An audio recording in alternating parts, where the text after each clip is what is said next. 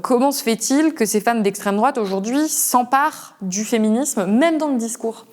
Alors déjà parce que le féminisme est populaire, que c'est un des mouvements aujourd'hui sociaux qui met le plus de personnes dans la rue. Bien sûr, il y a eu les retraites, etc. Mais aujourd'hui, tous les ans, c'est les féministes qui font partie des mouvements sociaux les plus forts. Donc forcément, tout le spectre politique se revendique féministe. Et les historiennes du genre ont montré qu'à chaque vague féministe, eh bien, tout l'échiquier politique se revendique féministe. Donc ça, c'est la première des choses. Et la deuxième, vous l'avez très bien dit, c'est qu'on est dans du fémonationalisme, voire du fémofascisme. Le fémonationalisme, c'est une notion qui a été créée par la sociologue Sarah R. Faris pour parler de l'utilisation d'une rhétorique des droits des femmes à des fins xénophobes, sécuritaires, racistes, etc.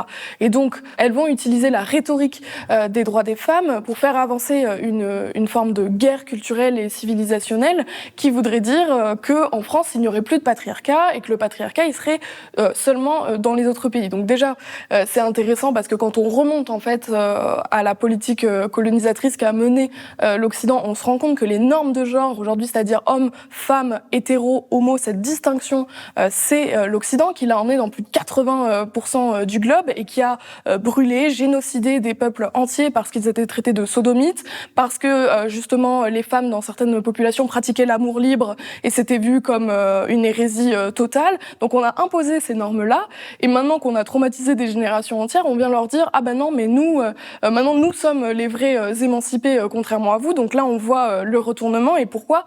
Parce qu'en fait, comme en Occident, il y a eu des mouvements féministes et LGBTQIA qui ont été forts, ils ont réussi à imposer des droits, des nouveaux droits. Et donc, en miroir, vu qu'ils ont été obligés de capituler, ils vont dire, ils vont reprendre cette rhétorique pour la remettre dans le nationalisme et dire c'est nous les plus éclairés, c'est nous les plus progressistes et essayer toujours d'imposer cette dichotomie. Et puis, ça permet aussi de dire qu'en France, ça permet de se dédouaner en disant en France, il n'y a plus de problème, circuler, il n'y a rien à voir. Si vous n'êtes pas contente, allez voir ce qui se passe en Afghanistan. Donc hop, on met sous le tapis les combats en France et en même temps on fait avancer un agenda raciste. Et ça, c'est le plus important à comprendre avec le fémonationalisme, c'est que c'est toujours racisme et sexisme en tandem.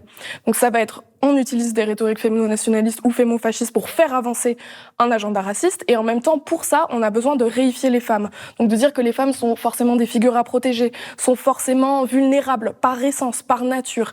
Et donc, elles ont besoin d'un État-nation fort, d'un nationalisme fort qui serait les seuls à pouvoir les protéger des dangers extérieurs. Alors qu'aujourd'hui, pour la plupart des femmes, les violences qu'elles vivent le plus, elles le vivent chez elles, pas à l'extérieur. Mais du coup, il va y avoir... Ça, ce sont les statistiques officielles qu'on retrouve, qui sont même les statistiques du ministère de l'Intérieur.